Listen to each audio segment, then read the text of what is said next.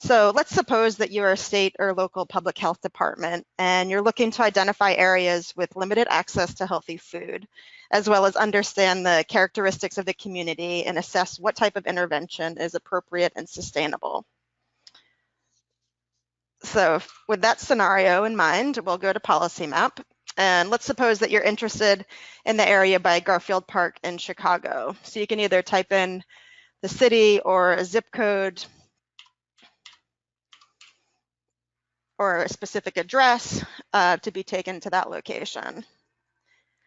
So once you're zoomed into the right place, you'll find all the related data related to healthy food access in our health menu here. You'll see this food access section. So you'll see that in addition to the USDA food access data right here, we also have the reinvestment funds limited supermarket access analysis data. So if we go ahead and put this on the map, you'll see that now we're able to see here any of the purple areas are considered limited supermarket access areas, meaning they have limited access to supermarkets, and any yellow areas are not considered an LSA. And as with all the data in Policy Map, you just click on the title to get more information. So this paragraph right here explains a little bit more about about the analysis and kind of any caveats that we think that you should know, and gives a little bit more guidance about the data. And for those of you who are really want to know all of the details about the methodology that's employed with this particular analysis, you can always click through to our data directory. And you'll see here, this takes us to a much more robust explanation of what this analysis, how it was done, and also gives you some more guidance on how you would use it. So that's a resource. We try to be very transparent with documentation so that it's really clear which data we have in here and how you should use it. So besides getting a sense in the Garfield Park area of which block groups are limited supermarket access areas, we can also put grocery retail locations on the map to give us a clearer picture of exactly which grocery retail options are currently available. So when I go to the health menu, I'm able to add this point level data. So now you're able to see that all of the orange squares on the map are different grocery retail options in the area. And when I click on one, I'm able to see information about it. So here is an Aldi food store full service market. And with most of the point data, you'll see that there are filter options available. So if I go here to grocery retail type, I'm able to color code in a way that helps me see visually which types of stores are in which locations. So when I'm looking here around Garfield Park, I can see that there is a dollar store, a black square right here. And then I can see there's what looks like a superette over in the corner, and that there isn't much else in this area, hence why it's a limited supermarket access area.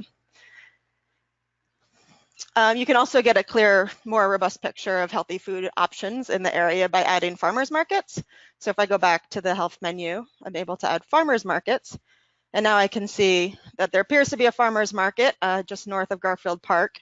So I can click on it to get more information about it. I can see they do not accept WIC or SNAP. So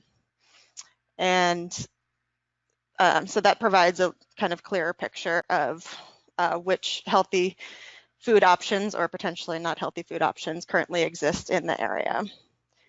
So now that we have this information, how might we get a picture of the characteristics of this community?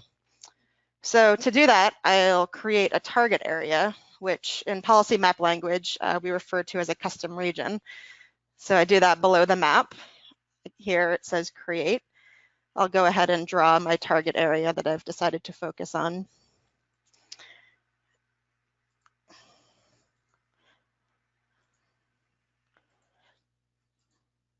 And I can give it a name. So I'll call it the Garfield Park target area. And now I can save this region that I've just created, or this target area. And from here, I'm able to do a few things. When I click on this icon, I can query a downloadable list of the current grocery retail options that exist in my area of focus.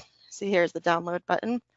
And I'm also able to get a community profile report, which this is probably the easiest way in Policy Map to be able to get a kind of robust, comprehensive picture of the characteristics of a community.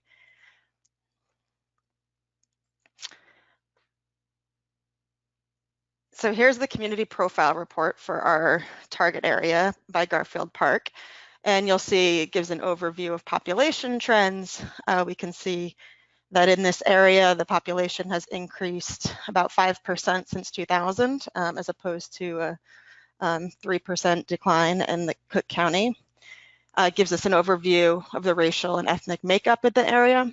So you can see that around 88% of the population is African American, much higher than for the state. And you can see the rest of the racial and ethnic makeup. In terms of age distribution, the population is extremely young, with nearly 35% of the population being under the age of 18. So a very young population.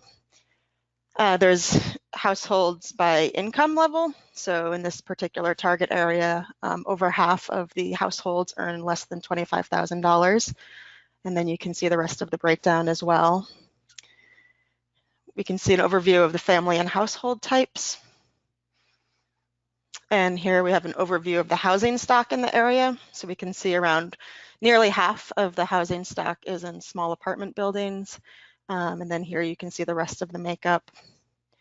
Home ownership is around 20%, so around 1/5 of households own their homes, so very low home ownership.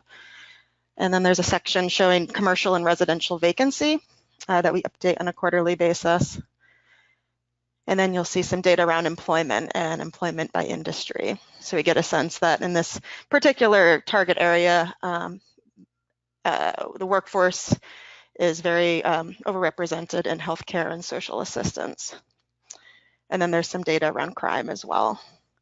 So you can see this community profile report is meant to pull together some kind of key data to show you the characteristics of a community. You can also print and save these reports as well. So as we go back to the map, I just wanted to point out some other data related to the LSA study that we're looking at. So beyond the kind of yes or no designation, either limited supermarket access area or not a limited supermarket access area, there are also other indicators that can help deepen the analysis. You'll see that there's also a low access score, which helps provide a sense on a numeric scale of how severe the need is in a given block group. You can also look at grocery retail demand, supply, and leakage, which will help quantify the type of grocery retail establishment that can be supported in a given area. So while some areas might be able to support a full-scale supermarket, the appropriate intervention in another area might be smaller, such as something like seeking to expand healthy food options in existing corner stores or something like that.